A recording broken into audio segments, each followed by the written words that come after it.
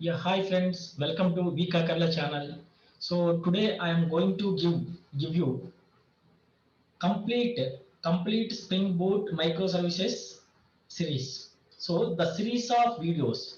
So if you follow and listen all the series of videos,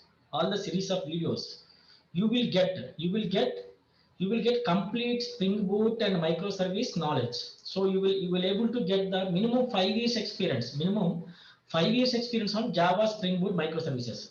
So that is what I am going to give you. So today today I am going to give you the complete series of videos related to Spring Boot microservices,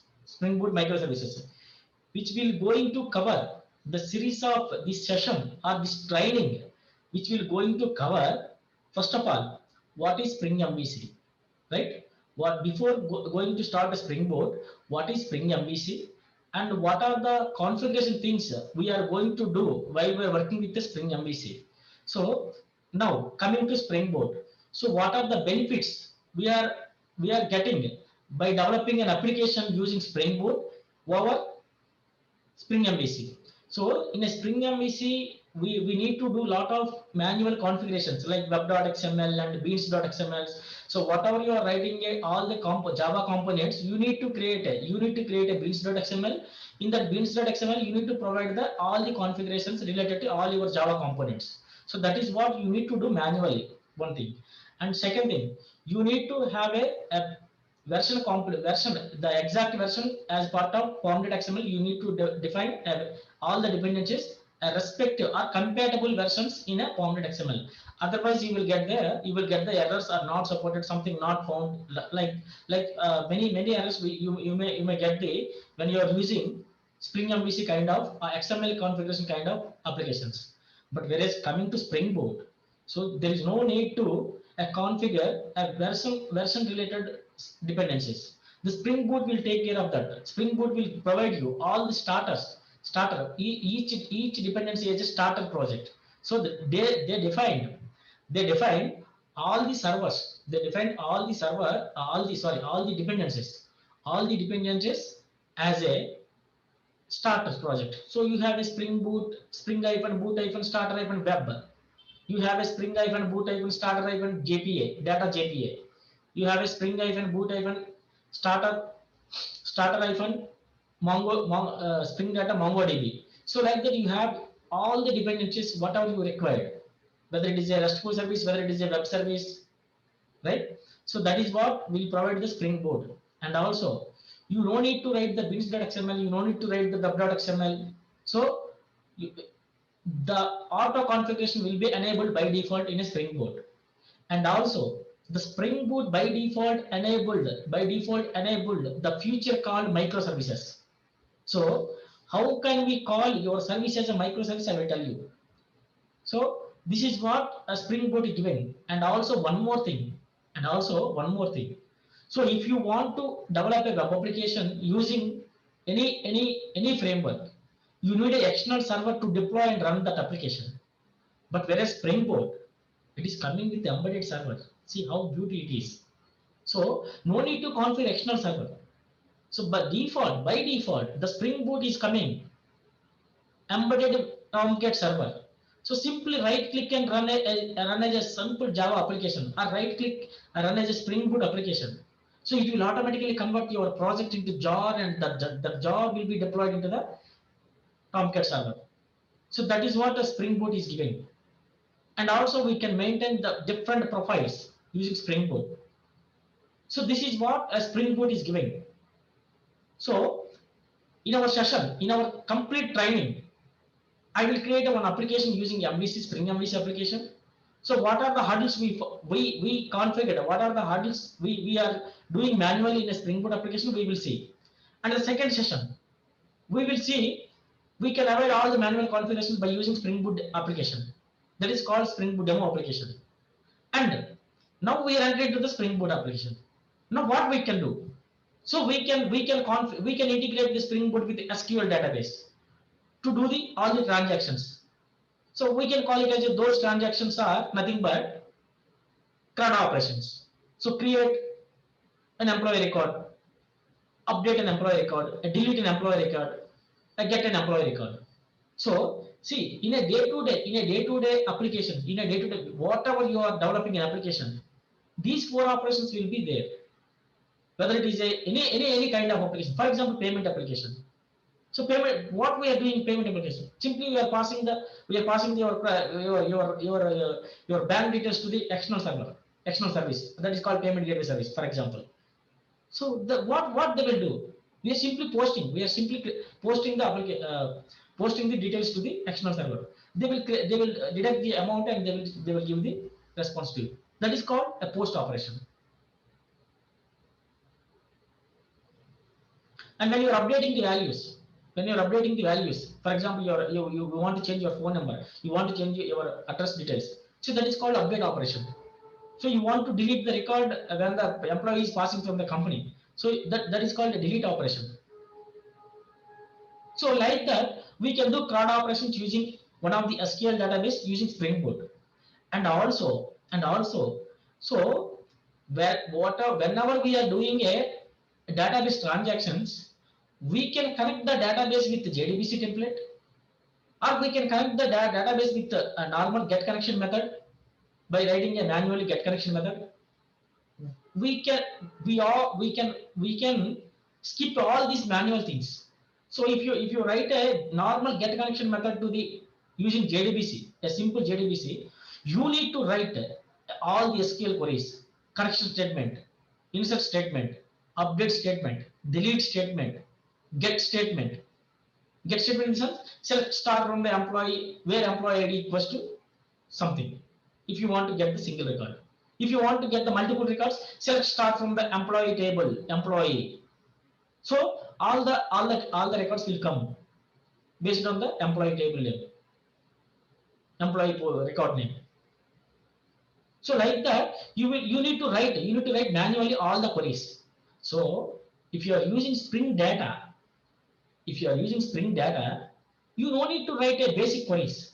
It is giving to you, it is offering to you a combo of a predefined batch operations and single operations, all the transactions like get employee, save employee, delete employee, update employee, get all employees, delete all employees, which means batch of operations. So the Spring Data is providing such kind of operations. So in our training series, in our microservice training series, I covered using Spring Data also. Spring Data only I did all the operations. Using Spring Data, you can simply save entity. Entity means your employee object or your person object, your front, whatever you want to save the record, you can use that. So if whenever you are using a Spring Data, your repo layer, you will have a repository.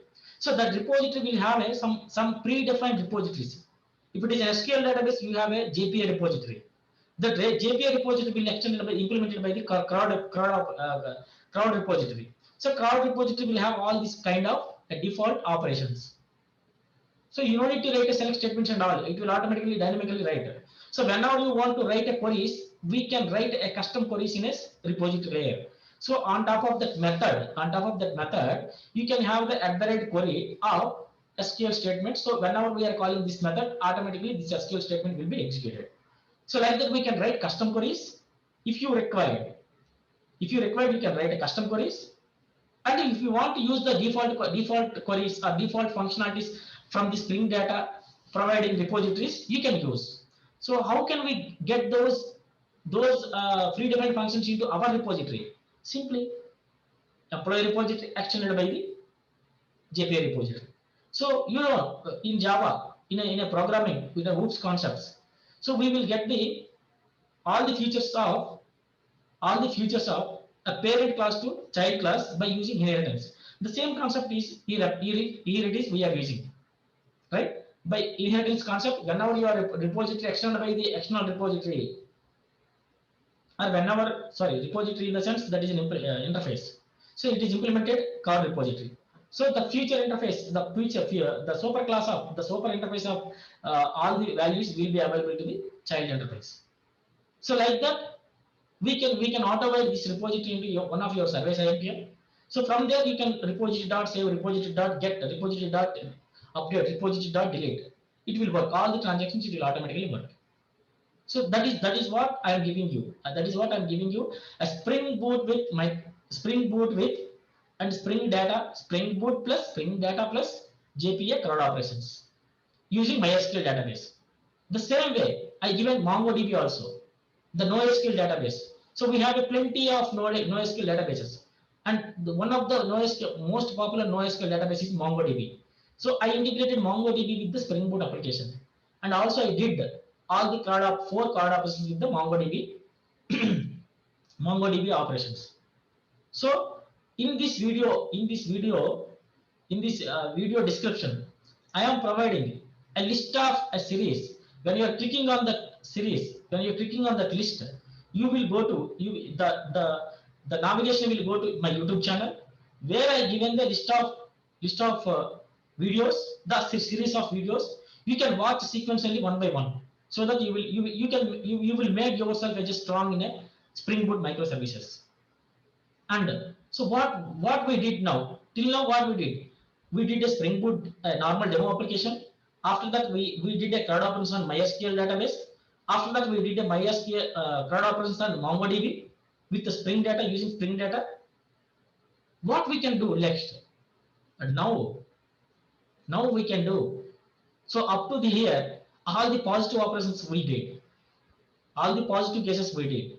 Now we can do exception handling. That is the one of the most important thing when you are writing a day-to-day program. The developer responsibility to catch, to check whenever you are calling an external service, whether the input parameters are coming properly or not. So you need to check it, null or empty. You need to check whether the proper values are not. So by checking these values, you need to pass. If it is not, you need to create an exception and throw the message to the client. Hey, you are sending a wrong information. You need to send a proper information. So such kind of custom message we can display the client by implementing a custom exceptions. So what is the custom exception? Custom exception will be extended by the one of the exception class. That is runtime exception class. So and also framework is also giving some exception classes. So I used here custom exception by writing manually, and also custom exception class provided by the Spring framework. So both I combined. So I designed an exception handling here, custom plus Spring framework enabled exceptions. So in a better way, in a best standards, I designed exception handling also. So using that, we can handle an exceptions dynamically to avoid abnormal termination of our programs, right? Or application execution, right? So exception handling also it is covered. What next? Now I entered into the JUnits. So using Mockito framework, a Spring Boot with Mockito framework, whatever I developed as employee application as part of SQL or NoSQL database, the same application I did a exception handling. The same application I did a JUnits. Using whenever we are writing as a developer, your responsibility is to write the test cases. The code is working perfectly or not. That is your responsibility only. Which means the developer responsibility to write a JUnits, whatever you developed a functionalities as part of your application. For example, save employee is there. So you need to write a positive test cases as well as negative test cases around your code, so that each and every test case will cover all the statements whatever you developed as part of your application, so that you can ensure your code is working perfectly in all cases, positive and negative cases. So like that we need to write a JUnits. So at the time of writing JUnits, you should not touch the actual database. Why? Because actual database may contain the production related data. So you should not update, you should not delete a production data. So at that time, what we can do, mark in the sense a fake object.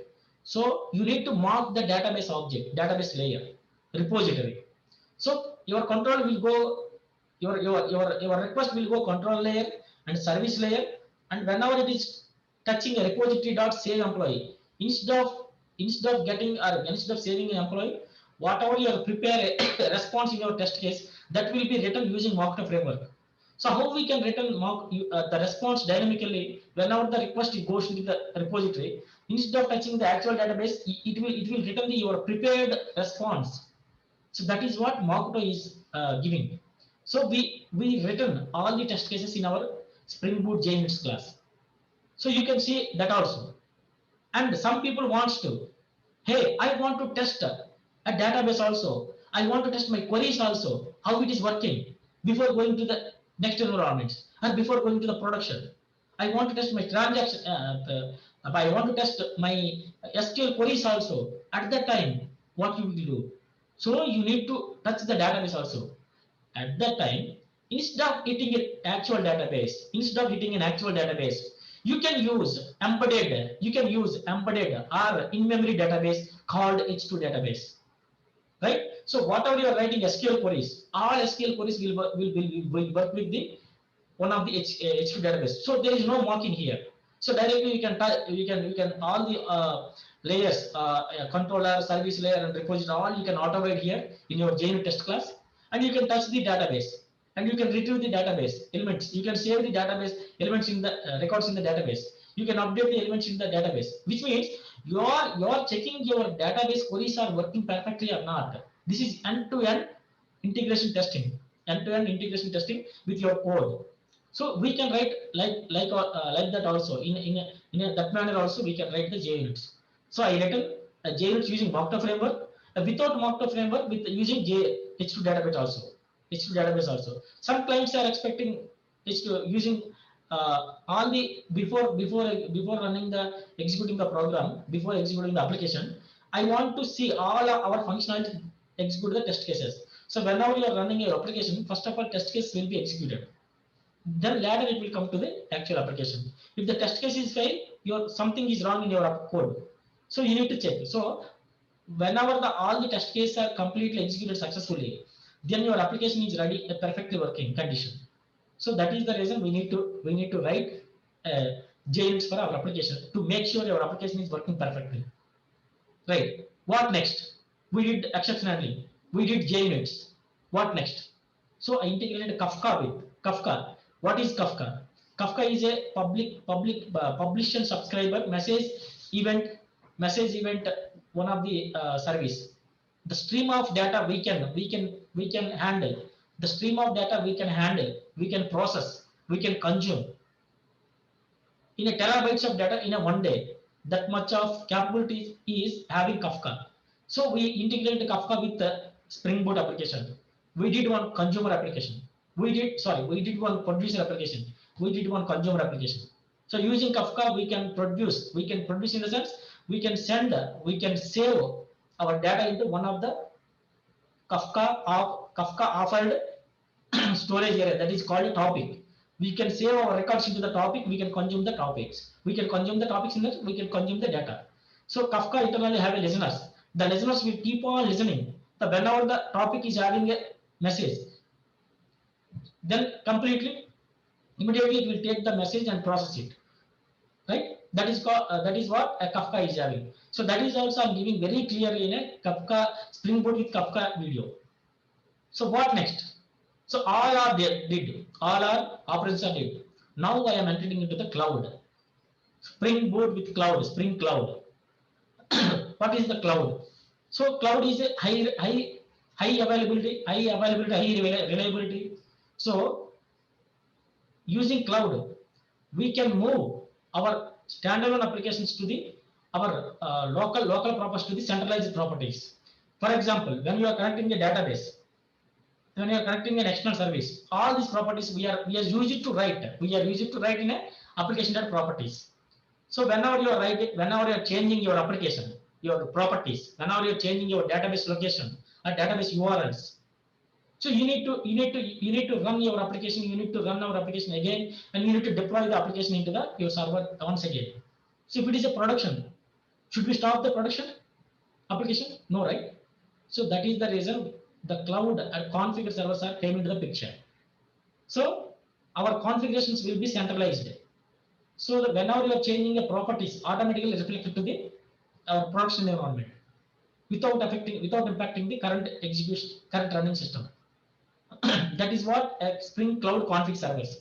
So that is also we did as part of our series of videos, our training of videos, and naming server, Eureka naming server, and load balancer, and Itrix circuit breaker pattern. So all these things I did.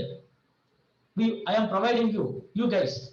Please watch all the series of videos sequentially one by one, and you make you strong yourself, right? Let me share my screen. What are the videos I am going to cover? I will just display, and also description of this video. I am giving all the series of videos link.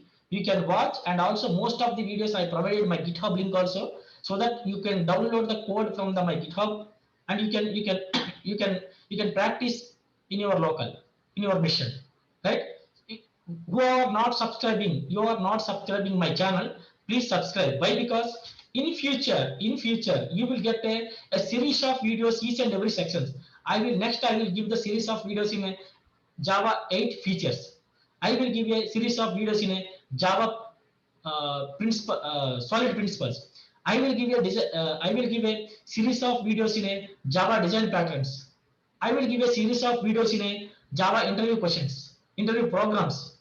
So that who are not subscribing my channel, please do subscribe and share with your friends. I want to grow myself. I want to grow yourself. I want to grow with me parallel. I want to grow you guys also, right? Please subscribe and share my channel to the whoever required. I'm not taking any fee from you. Just I'm providing my knowledge to you. You can learn. You can learn a lot of things in future. Once you subscribe, you will get a notifications whenever I'm uploading a series of videos with the new and current marketing technologies as part of Java world. I'm a basically Java architect. So I will give you all the all the videos related to Java world, Java microservices, right? Keep on watching my videos, and you will get a notifications whenever you are subscribing it. If you are not subscribed my channel, you can subscribe. Okay. And also let me share my screen.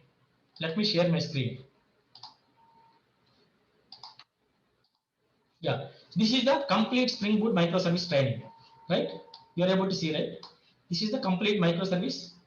This is the complete microservice Spring Boot training. So here you found 16 videos, 16 videos, all the classes. The class one is the Spring Boot MVC application step by step. So here I'm going to give you the flow of what is the Spring Boot flow. Sorry, Spring MVC flow. How the request is doing, how the response is giving, what are the internal components are helping these request and response.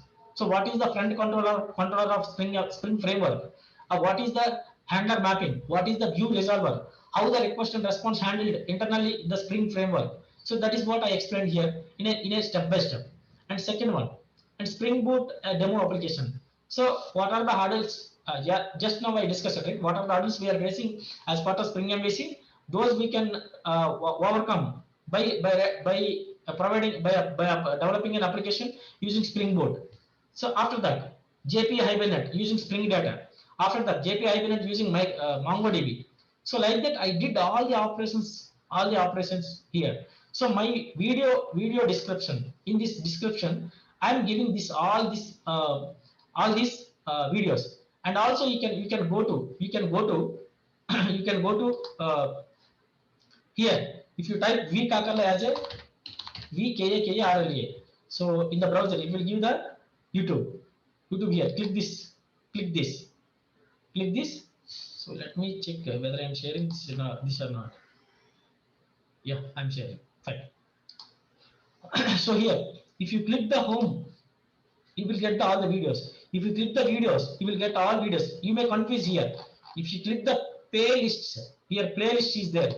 So you have a series of videos here. The Spring Boot microservice training. So if you click this, automatically the first video will be play here.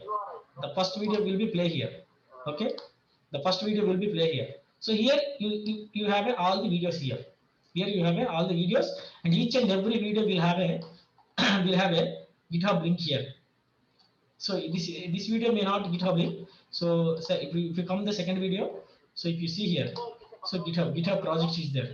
So you can see this, video step by step how we are using a Spring Boot application, and also you can download the code from here. You can download the code from here. So this is what I am doing. This is what I did, right? So please take this series of videos, right? Please take this series of videos, and you can do the fun with all the videos. You can learn a lot of things from my videos, and you can subscribe. Who are not subscribing, you can subscribe, right? To get a future series of videos on Java 8 features, future series of on Java 8 programming question, interview programming questions, and also Java solid principles, and also Java design patterns, and also algorithms and data structures. I will provide all the series of videos, right? Yeah, thank you, friends. Thank you very much for watching my videos. So in very soon, we are going to reach 1,000 subscribers, 1,000 technical professional subscribers. Okay, so keep on watching my videos, and I will provide all the current related and architectural related things, architectural related videos in my channel. So thank you very much. Okay, thank you very much.